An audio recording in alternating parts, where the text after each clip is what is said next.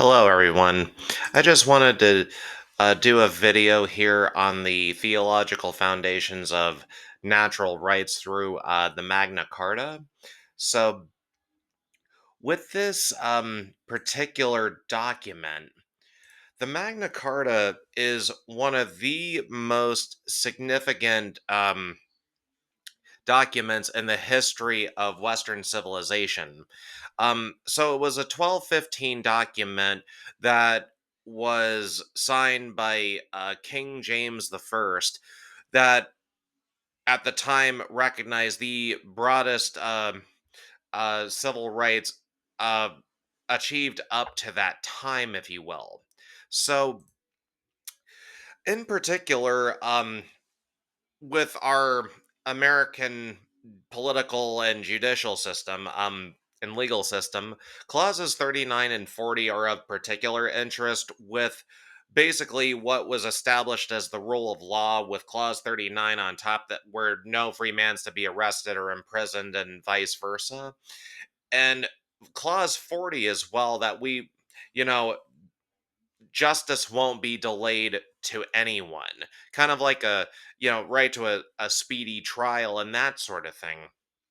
So, in my research for this module, I saw that three different articles I thought were very interesting that talked about these two particular passages. Um, Max Radin, he cites his old professor, Edward Jenks, who actually argues that these clauses in the Magna Carta were not meant for everyone, but only prominent individuals that succeeded in forcing King James to sign and ratify the Magna Carta. Now, the other two articles that I came across actually disagreed with this assertion and held a more traditional interpretation. Um, Robert and Marilyn um, Aiken actually hold that clauses 39 and 40 serve as the central basis of our entire legal and political system.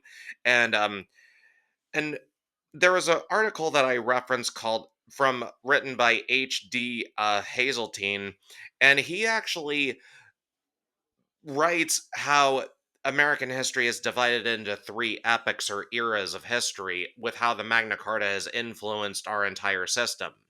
One is the colonial era, covering from 1607 to roughly 1760, with the 7 Years or French and Indian War, whichever term you prefer. Um, and then we have the American Revolution going from the Revolutionary era going from roughly 1760 up until the Treaty of Paris in 1783. And then at the time that it was written, the modern era up to the present. So he basically describes how the Magna Carta influenced our society at three and foundations at three different eras of our history, which has been very interesting. Now, the last thing that I really wanted to cover was God's imprint on this document. Um, you'll see that in the beginning passages for those of you who have read this document.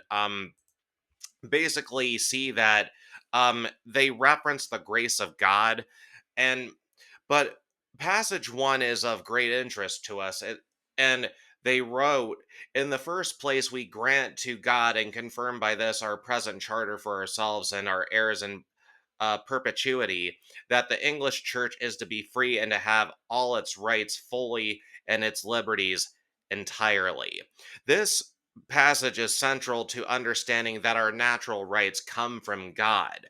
And there are those who will say that the Declaration of Independence and the Constitution, well, specifically the Declaration of Independence, you know, when it uses the term our creator, they will say that it was the god of deism, but this to me actually debunks that assertion with the historical precedents that of how much the Magna Carta has had in terms of influence on Western civilization and the foundations of the United States of America with our entire political and legal system. So when you think about it, don't ever leave out the Magna Carta when talking about the great documents of Western civilization.